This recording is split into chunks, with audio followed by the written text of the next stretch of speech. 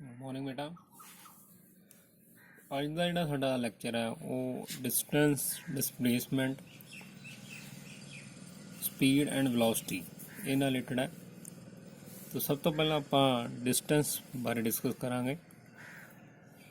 Distance ਜਿਹਨੂੰ ਤੁਸੀਂ ਪੰਜਾਬੀ 'ਚ ਪੜ੍ਹਿਆ ਹੋਵੇਗਾ ਦੂਰੀ ਨੂੰ ਆਪਾਂ ਕਿਸ ਤਰ੍ਹਾਂ ਪਰਿਭਾਸ਼ਿਤ ਕਰਦੇ ਹਾਂ ਕਿ ਕੁੱਲ ਤੈਅ ਕੀਤੇ ਰਸਤੇ ਦੀ ਲੰਬਾਈ ਜਿਹੜੀ ਹੈ ਉਹਨੂੰ ਆਪਾਂ ਦੂਰੀ ਕਹਿੰਦੇ ਹਾਂ।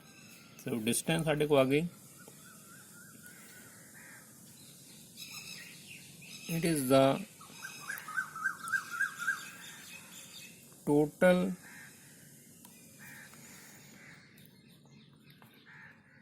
length of path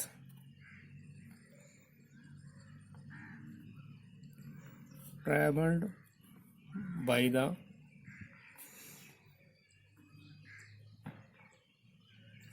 body।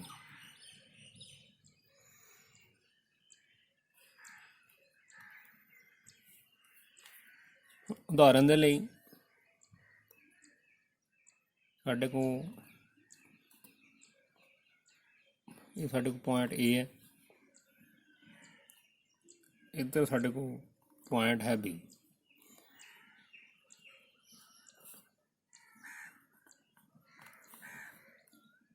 ਕੋਈ ਪਰਸਨ ਹੈ, ਪਹਿਲਾਂ ਪੁਆਇੰਟ A ਤੇ ਪ੍ਰੈਜ਼ੈਂਟ ਹੈ। ਮੰਨ ਲਓ A ਅਤੇ B, ਇਹਦੇ ਵਿਚਕਾਰ ਜਿਹੜੀ ਦੂਰੀ ਹੈ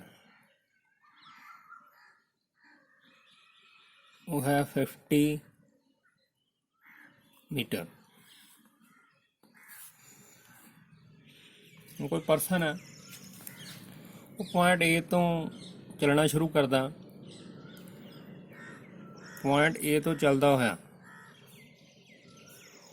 ਉਹ ਪੁਆਇੰਟ B ਤੱਕ ਪਹੁੰਚ ਜਾਂਦਾ। ਉਸ ਤੋਂ ਬਾਅਦ ਦੁਬਾਰਾ ਫਿਰ ਉਹ ਪੁਆਇੰਟ B ਤੋਂ ਪੁਆਇੰਟ A ਵੱਲ ਚੱਲਣਾ ਸ਼ੁਰੂ ਕਰਦਾ ਅਤੇ ਦੁਬਾਰਾ ਫਿਰ ਪੁਆਇੰਟ A 'ਤੇ ਪਹੁੰਚ ਜਾਂਦਾ। ਤਾਂ ਇਸ ਕੇਸ ਵਿੱਚ ਆਪਾਂ ਦੇਖਣਾ ਕਿ ਉਹਨੇ ਕਿੰਨੀ ਡਿਸਟੈਂਸ ਟਰੈਵਲ ਕੀਤੀ। ਤਾਂ ਡਿਸਟੈਂਸ ਸਾਡੇ ਕੋਲ ਆ ਗਈ। ਪਹਿਲਾਂ A ਤੋਂ B ਤੱਕ ਗਿਆ, ਇਹਨੂੰ ਆਪਾਂ AB ਲਿਖਾਂਗੇ, ਪਲੱਸ ਫਿਰ B ਤੋਂ A ਤੱਕ ਗਿਆ BA। ਤਾਂ A ਤੋਂ ਲੈ ਕੇ B ਤੱਕ ਸਾਡੇ ਕੋਲ ਦੂਰੀ ਜਿਹੜੀ ਹੈ ਜਾਂ ਲੈਂਥ ਆਫ ਦਾ ਪਾਥ ਜਿਹੜੀ ਹੈ ਸਾਡੇ ਕੋਲ 50 ਮੀਟਰ, ਪਲੱਸ B ਤੋਂ A ਤੱਕ ਵੀ 50 ਮੀਟਰ। ਤਾਂ ਇਸ ਕੇਸ ਵਿੱਚ ਉਹਨੇ 50 + 50 100 ਮੀਟਰ ਡਿਸਟੈਂਸ ਜਿਹੜੀ ਆ ਉਹ ਟਰੈਵਲ ਕੀਤੀ। ਇਸ ਤੋਂ ਬਾਅਦ ਨੈਕਸਟ ਜਿਹੜੀ ਫਿਜ਼ੀਕਲ ਕੁਆਂਟੀਟੀ ਹੈ ਡਿਸਪਲੇਸਮੈਂਟ, ਜਿਹਨੂੰ ਤੁਸੀਂ ਵਿਸਥਾਪਨ ਦੇ ਨਾਂ ਨਾਲ ਪਹਿਲਾਂ ਪੰਜਾਬੀ 'ਚ ਪੜ੍ਹਿਆ ਹੋਵੇਗਾ। ਇਹ ਸਾਰਾ ਜਿਹੜਾ ਸਿਲੇਬਸ ਹੈ ਆਪਾਂ 9th ਦਾ ਡਿਸਕਸ ਕਰ ਰਹੇ ਹਾਂ, ਕਿਉਂਕਿ 9th ਦਾ ਜਿਹੜਾ ਸਿਲੇਬਸ ਹੈ ਉਹ +1 'ਚ ਹੈ ਅਤੇ 10th ਦਾ +2 'ਚ ਹੈ। ਤੋ ਦੂਰੀ ਅਤੇ ਵਿਸਥਾਪਨ ਇਹ ਦੋਨੇ ਅਲੱਗ-ਅਲੱਗ ਕੁਆਂਟੀਟੀਜ਼ ਹੈਗੀਆਂ। ਡਿਸਪਲੇਸਮੈਂਟ ਕੀ ਹੈ? ਇਟ ਇਜ਼ ਦਾ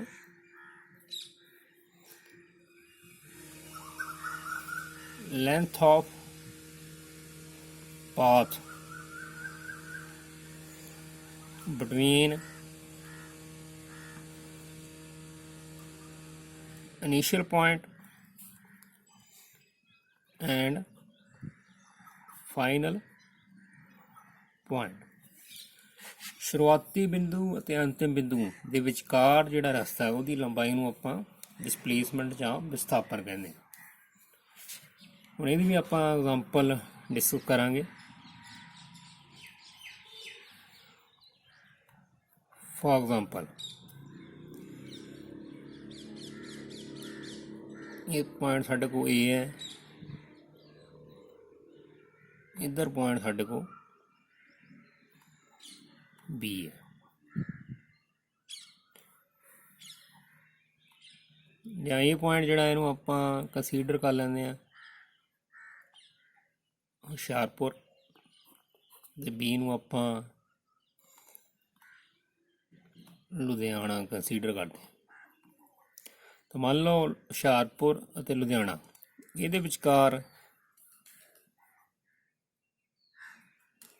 ਜਿਹੜੀ ਦੂਰੀ ਹੈ ਜਾਂ ਰਸਤੇ ਦੀ ਲੰਬਾਈ ਹੈ ਉਹ ਹੈ 80 ਕਿਲੋਮੀਟਰ। ਸੋ ਏ ਤੋਂ ਲੈ ਕੇ ਬੀ ਤੱਕ ਜਿਹੜੀ ਕੁੱਲ ਰਸਤੇ ਦੀ ਲੰਬਾਈ ਹੈ ਉਹ ਹੈ 80 ਕਿਲੋਮੀਟਰ। ਤਾਂ ਏ ਅਤੇ ਬੀ, ਹੁਸ਼ਿਆਰਪੁਰ ਅਤੇ ਲੁਧਿਆਣਾ, ਇਹਦੇ ਇਨ ਬਿਟਵੀਨ ਇੱਥੇ ਪੁਆਇੰਟ ਆਪਾਂ ਸੀ ਕੰਸੀਡਰ ਕਰਦੇ ਹਾਂ। ਇਹਨੂੰ ਆਪਾਂ ਫਗਵਾੜਾ ਮੰਨ ਲੈਂਦੇ। ਹੁਣ ਕੋਈ ਵਹੀਕਲ ਹੈ ਉਹ ਹੁਸ਼ਿਆਰਪੁਰ ਤੋਂ ਪਹਿਲਾਂ ਲੁਧਿਆਣੇ ਜਾਂਦਾ, ਜਾਣੀ ਕਿ ਪੁਆਇੰਟ ਏ ਤੋਂ ਬੀ ਤੱਕ ਜਾਂਦਾ। ਤਾਂ ਇਸ ਕੇਸ ਵਿੱਚ ਕੇਸ ਨੰਬਰ 1,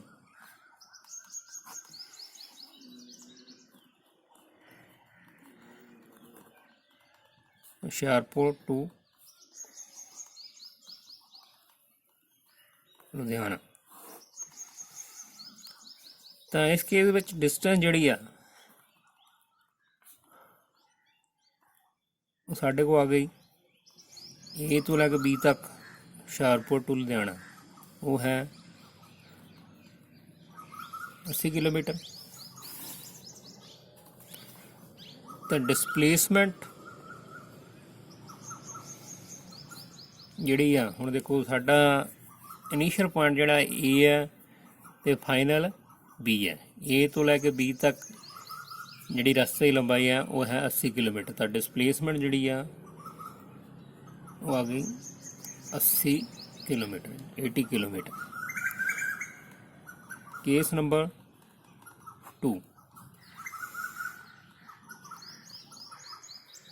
ਵਹੀਕਲ ਹੁਸ਼ਿਆਰਪੁਰ ਤੋਂ ਪਹਿਲਾਂ ਲੁਧਿਆਣੇ ਜਾਏਗਾ, ਲੁਧਿਆਣੇ ਤੋਂ ਫਿਰ ਵਾਪਸ ਉਹ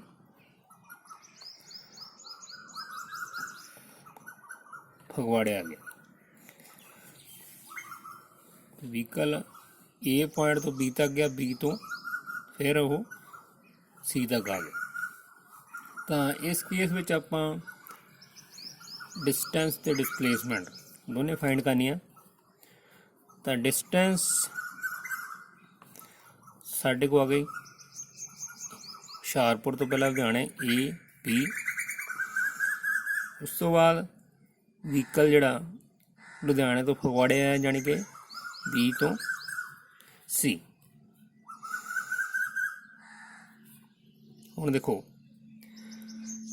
ਜੇਕਰ ਆਪਾਂ ਇਹ ਮੰਨ ਲਈਏ ਇਹ ਹੁਸ਼ਿਆਰਪੁਰ ਤੋਂ ਫਗਵਾੜਾ ਜਿਹੜਾ ਉਹ 40 ਕਿਲੋਮੀਟਰ ਹੈ। ਹੁਸ਼ਿਆਰਪੁਰ ਤੋਂ ਲੁਧਿਆਣੇ ਦੀ ਦੂਰੀ ਆਪਾਂ ਪਹਿਲਾਂ ਹੀ ਲਿਖਿਆ ਕਿ 80 ਕਿਲੋਮੀਟਰ ਹੈ। ਹੁਸ਼ਿਆਰਪੁਰ ਤੋਂ ਫਗਵਾੜਾ ਇਹ 40 ਕਿਲੋਮੀਟਰ ਹੈ। ਤਾਂ ਫਗਵਾੜੇ ਤੋਂ ਲੁਧਿਆਣਾ ਜਿਹੜਾ ਉਹ ਵੀ 40 ਕਿਲੋਮੀਟਰ ਹੋ ਗਿਆ। ਹੁਣ ਦੇਖੋ ਵਹੀਕਲ ਜਿਹੜਾ ਹੁਸ਼ਿਆਰਪੁਰ ਤੋਂ ਲੁਧਿਆਣਾ ਗਿਆ, ਲੁਧਿਆਣਾ ਤੋਂ ਫਗਵਾੜਾ ਆਇਆ, ਏ ਤੋਂ ਬੀ ਤੇ ਬੀ ਤੋਂ ਸੀ। ਏ ਤੋਂ ਬੀ ਸਾਡੇ ਕੋਲ 80 ਕਿਲੋਮੀਟਰ ਤੇ ਬੀ ਤੋਂ ਸੀ ਸਾਡੇ ਕੋਲ 40 ਕਿਲੋਮੀਟਰ। ਤਾਂ ਡਿਸਟੈਂਸ ਇਸ ਕੇਸ ਵਿੱਚ ਆ ਗਈ 80 ਪਲੱਸ 40, 80 ਪਲੱਸ 40, 120 ਕਿਲੋਮੀਟਰ। ਪਰ ਇਸ ਕੇਸ ਵਿੱਚ ਜਿਹੜੀ ਡਿਸਪਲੇਸਮੈਂਟ ਹੈ, ਜਿਹਨੂੰ ਆਪਾਂ ਵਿਸਥਾਪਨ ਪੜ੍ਹਦੇ ਹਾਂ, ਉਹ ਡਿਫਰੈਂਟ ਆਈ। ਹੁਣ ਦੇਖੋ ਵਹੀਕਲ ਏ ਤੋਂ ਬੀ ਤੱਕ ਗਿਆ, ਬੀ ਤੋਂ ਫਿਰ ਸੀ ਤੱਕ ਆਇਆ। ਇਹਦਾ ਇਨੀਸ਼ੀਅਲ ਪੁਆਇੰਟ ਸਾਡੇ ਕੋਲ ਵਹੀਕਲ ਦਾ ਏ ਆ ਤੇ ਫਾਈਨਲ ਪੁਆਇੰਟ ਸੀ ਆ। ਤਾਂ ਡਿਸਪਲੇਸਮੈਂਟ ਜਿਹੜੀ ਆ ਉਹ ਆਪਾਂ ਪੜ੍ਹਿਆ ਕਿ it is the length of the path between initial point and final point. Initial ਤੇ ਫਾਈਨਲ ਪੁਆਇੰਟ ए इनीशियल पॉइंट आ, सी फाइनल पॉइंट है। इन्हां दे विचकार जिहड़े ਲੈਂਥ ਆਫ ਪਾਥ ਹੈ ਉਹ ਸਾਡੇ ਕੋਲ 40 ਕਿਲੋਮੀਟਰ ਹੈ ਗਿਆ। ਤਾਂ ਡਿਸਪਲੇਸਮੈਂਟ ਜਿਹੜੀ ਆ ਉਹਨੂੰ ਆਪਾਂ ਏ ਸੀ ਨਾਲ ਰਿਪਰੈਜ਼ੈਂਟ ਕਰਾਂਗੇ। ਇਹ ਸਾਡੇ ਕੋਲ ਆ ਗਿਆ 40 ਕਿਲੋਮੀਟਰ। ਠੀਕ ਹੈ, ਹੁਣ ਦੇਖੋ ਕੇਸ ਨੰਬਰ 2 ਜਿਹੜਾ ਇਹਦੇ ਵਿੱਚ ਡਿਸਟੈਂਸ ਜਿਹੜੀ ਆ ਉਹ ਵੈਲਿਊ ਜ਼ਿਆਦਾ ਆ ਗਈ 120 ਕਿਲੋਮੀਟਰ ਆਈ, ਪਰ ਡਿਸਪਲੇਸਮੈਂਟ ਜਿਹੜੀ ਆ ਉਹ ਸਾਡੇ ਕੋਲ ਘੱਟ ਆਈ ਹੈ, ਦੈਟ ਇਜ਼ 40 ਕਿਲੋਮੀਟਰ। ਡਿਸਟੈਂਸ ਤੇ ਡਿਸਪਲੇਸਮੈਂਟ ਇਹ ਦੋਨੇ ਅਲੱਗ-ਅਲੱਗ ਫਿਜ਼ੀਕਲ ਕੁਆਂਟੀਟੀ ਹੈ। ਇਹਨਾਂ ਚੋਂ ਜਿਹੜੀ ਡਿਸਟੈਂਸ ਹੈ ਉਹ ਹੈ ਸਕੇਲਰ ਕੁਆਂਟੀਟੀ। ਸਕੇਲਰ ਕੁਆਂਟੀਟੀ ਆਪਾਂ ਉਸ ਕੁਆਂਟੀਟੀ ਨੂੰ ਕਹਿੰਦੇ ਆ ਜਿਹਦਾ ਮੈਗਨੀਟਿਊਡ ਹੈ, ਯਾਨੀ ਕਿ ਮਾਨ ਹੈ, ਪਰ ਦਿਸ਼ਾ ਕੋਈ ਨਹੀਂ ਹੈ। It is scalar quantity is that quantity which have only magnitude but no direction। ठीक है, तो डिस्टेंस साढ़े को स्केलर क्वांटिटी है क्योंकि ਇਹਦਾ मान है पर दिशा नहीं है। इस तो उल्ट डिस्प्लेसमेंट ਜਿਹੜੀ है ये है वैक्टर क्वांटिटी क्योंकि ਇਹਦਾ मैग्नीट्यूड भी है, डायरेक्शन भी है, ਇਹਦਾ मान भी है, दिशा भी है। ठीक, इसलिए दोनों अलग अलग फिजिकल क्वांटिटी है। और ਹੋਰ ਇਹਨਾਂ 'ਚ ਡਿਫਰੈਂਸ ਇਹ ਹੈ ਕਿ ਡਿਸਟੈਂਸ ਜਿਹੜੀ ਆ ਕਦੇ ਵੀ ਜ਼ੀਰੋ ਨਹੀਂ ਹੁੰਦੀ, ਪਰ ਡਿਸਪਲੇਸਮੈਂਟ ਜਿਹੜੀ ਆ ਉਹ ਜ਼ੀਰੋ ਹੋ ਸਕਦੀ। ਉਹ ਕਿਸ ਤਰ੍ਹਾਂ, ਇੱਕ ਕੇਸ ਹੋਰ ਡਿਸਕਸ ਕਰਦੇ ਹਾਂ। ਕੇਸ ਨੰਬਰ 3, ਵਹੀਕਲ ਹੁਸ਼ਿਆਰਪੁਰ ਤੋਂ ਚੱਲਣਾ ਸ਼ੁਰੂ ਕਰਦਾ, ਫਿਰ ਉਹ ਲੁਧਿਆਣਾ ਪਹੁੰਚ ਗਿਆ, ਲੁਧਿਆਣੇ ਤੋਂ ਦੁਬਾਰਾ ਫਿਰ ਵਹੀਕਲ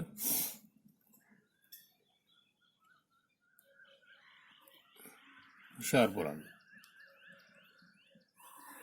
ਹੁਣ ਦੇਖੋ ਇਸ ਕੇਸ ਵਿੱਚ ਡਿਸਟੈਂਸ ਪਹਿਲਾਂ ਵਹੀਕਲ ਹੁਸ਼ਿਆਰਪੁਰ ਤੋਂ ਲੁਧਿਆਣਾ ਗਿਆ,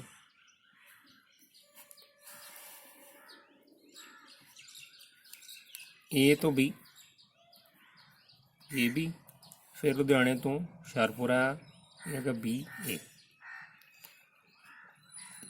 ए बी साढ़े को 80 किलोमीटर तो बी ए भी साढ़े को 80 किलोमीटर।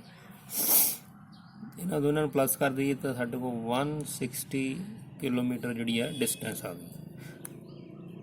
हुण डिसप्लेसमेंट ये देखते हैं कि साढ़े को कितनी वैल्यू आती है। डिसप्लेसमेंट इज इक्वल टू, हाँ देखो व्हीकल का जोड़ा इनीशियल पॉइंट आ ए है तो फाइनल भी ए ही है, क्योंकि व्हीकल ए तो चलना शुरू करता, बी ते गया, बी तो दोबारा फिर ए ते पहुँच गया। इसका शुरुआती बिंदु भी ए है तो अंतिम बिंदु भी ए है, इनीशियल तो फाइनल पॉइंट सेम है। तो डिसप्लेसमेंट इस केस में आ गई जीरो, क्योंकि ए तो ये विचकार कोई भी जी है लेंथ नहीं रही, इस करके डिसप्लेसमेंट जी है वो साढ़े को 0 किलोमीटर। ठीक है, इतों आप ये कह सकते हैं कि डिस्टेंस जी है कभी भी जीरो नहीं होंगी, पर डिसप्लेसमेंट जीरो हो सकती है। उस तो बाद जी डिस्टेंस है ये हमेशा पॉजिटिव होंगी है, पॉजिटिव ही रही है, कभी भी नैगेटिव नहीं होंगी। पर डिसप्लेसमेंट जी है ये जीरो भी हो सकती है, पॉजिटिव भी हो सकती है, तो नैगेटिव भी हो सकती है। सो ये डिस्टेंस ते डिसप्लेसमेंट जी फिजिकल क्वांटिटी है, ये विचकार आप डिफरेंस जोड़ा वो डिस्कस किया। इस तो बाद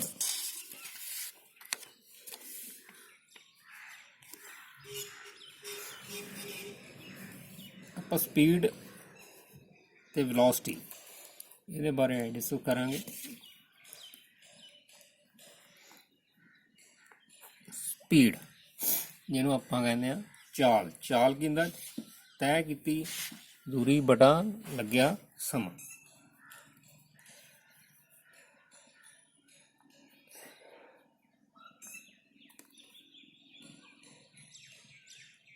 स्पीड इज द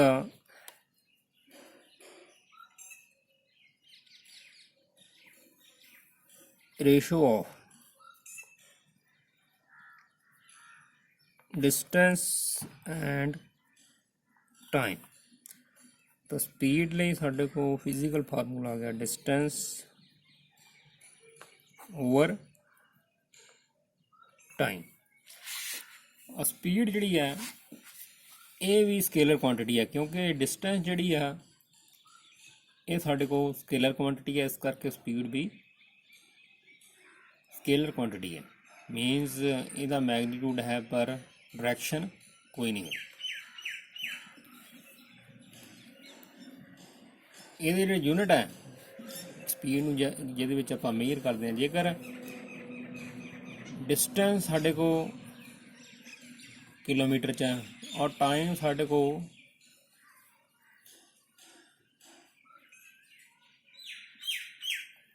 ਚਲੋ ਕਿਲੋਮੀਟਰ ਦੀ ਜਗ੍ਹਾ ਆਪਾਂ ਮੀਟਰ 'ਚ ਇਹਨੂੰ ਮੇਜਰ ਕਰਦੇ ਹਾਂ, ਕਿਉਂਕਿ SI ਯੂਨਿਟ ਜਿਹੜੇ डिस्टेंस ਦੇ ਉਹ ਮੀਟਰ ਹੁੰਦੇ ਨੇ। डिस्टेंस ਮੀਟਰ ਵਿੱਚ ਹੈ ਔਰ ਟਾਈਮ ਸਾਡੇ ਕੋਲ ਸੈਕਿੰਡ ਵਿੱਚ ਹੈ।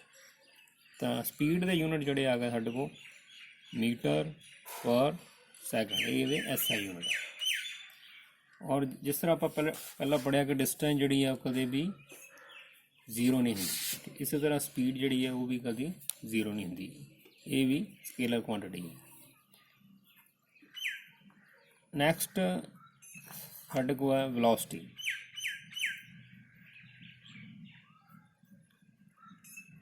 ਜਿਹਨੂੰ ਆਪਾਂ ਵੇਗ ਦੇ ਨਾਮ ਨਾਲ ਜਾਣਦੇ ਹਾਂ। It is the time rate of change of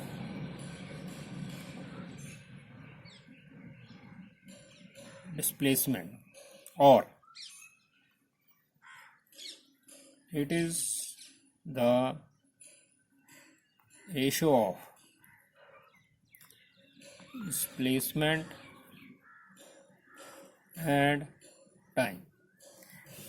displacement ਤੇ ਟਾਈਮ ਦਾ ਜਿਹੜੀ ਰੇਸ਼ੋ ਹੈ ਜਾਂ ਅਨੁਪਾਤ ਹੈ, ਜਾਂ ਆਪਾਂ ਕਹਿ ਸਕਦੇ ਹਾਂ ਵਿਸਥਾਪਨ ਅਤੇ ਸਮੇਂ ਦੇ ਅਨੁਪਾਤ ਨੂੰ ਆਪਾਂ ਵੇਗ ਕਹਿੰਦੇ ਹਾਂ, ਯਾਨੀ ਕਿ ਵੈਲੋਸਿਟੀ ਕਹਿੰਦੇ ਹਾਂ। ਤਾਂ ਵੈਲੋਸਿਟੀ ਸਾਡੇ ਕੋਲ ਆ ਗਈ डिस्प्लेसमेंट ओवर टाइम। ਹੁਣ ਇਹਦੇ ਆਪਾਂ ਯੂਨਿਟ ਡਿਸਕਸ ਕਰਾਂਗੇ। ਜੇਕਰ ਡਿਸਪਲੇਸਮੈਂਟ ਇਹਨੂੰ ਆਪਾਂ ਮੀਟਰ 'ਚ ਮੇਜਰ ਕਰਦੇ ਹਾਂ ਔਰ ਟਾਈਮ ਸਾਡੇ ਕੋਲ ਸੈਕਿੰਡ ਵਿੱਚ ਹੈ, ਤਾਂ ਵੈਲੋਸਿਟੀ ਲਈ ਸਾਡੇ ਕੋਲ SI ਯੂਨਿਟ ਆ ਗਏ ਮੀਟਰ ਪਰ ਸੈਕਿੰਡ।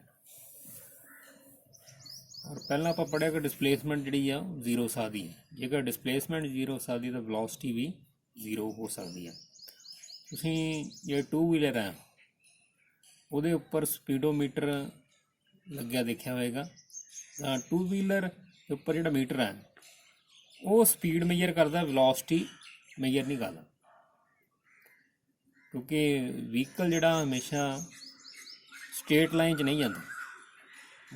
ਜਦੋਂ ਟਰਨ ਆਉਂਦਾ ਤਾਂ ਉਹ ਆਪਣੀ ਡਾਇਰੈਕਸ਼ਨ ਚੇਂਜ ਕਰਦਾ, ਇਸ ਲਈ ਆਪਾਂ ਉਸ ਮੀਟਰ ਦੇ ਥਰੂ ਵੈਲੋਸਿਟੀ ਮੇਜਰ ਨਹੀਂ ਕਰ ਸਕਦੇ, ਤਾਂ ਉਹ ਸਾਨੂੰ ਸਪੀਡ ਬਾਰੇ ਦੱਸਦਾ। ਠੀਕ ਹੈ, ਤਾਂ ਇਹ ਆਪਾਂ ਸਪੀਡ ਅਤੇ ਵੈਲੋਸਿਟੀ ਇਹਦੇ ਬਾਰੇ ਪੜ੍ਹਿਆ, ਅਤੇ ਇਹਦੇ ਵਿਚਕਾਰ ਡਿਫਰੈਂਸ ਕੀ ਆ ਉਹ ਸਾਨੂੰ ਪਤਾ ਲੱਗ ਗਿਆ। ਸਪੀਡ ਜਿਹੜਾ ਕਦੇ ਵੀ ਜ਼ੀਰੋ ਨਹੀਂ ਹੁੰਦੀ, ਇਹ ਆਲਵੇਜ਼ ਪੋਜ਼ੀਟਿਵ ਰਹਿੰਦੀ ਹੈ। ਵੈਲੋਸਿਟੀ ਜਿਹੜੀ ਆ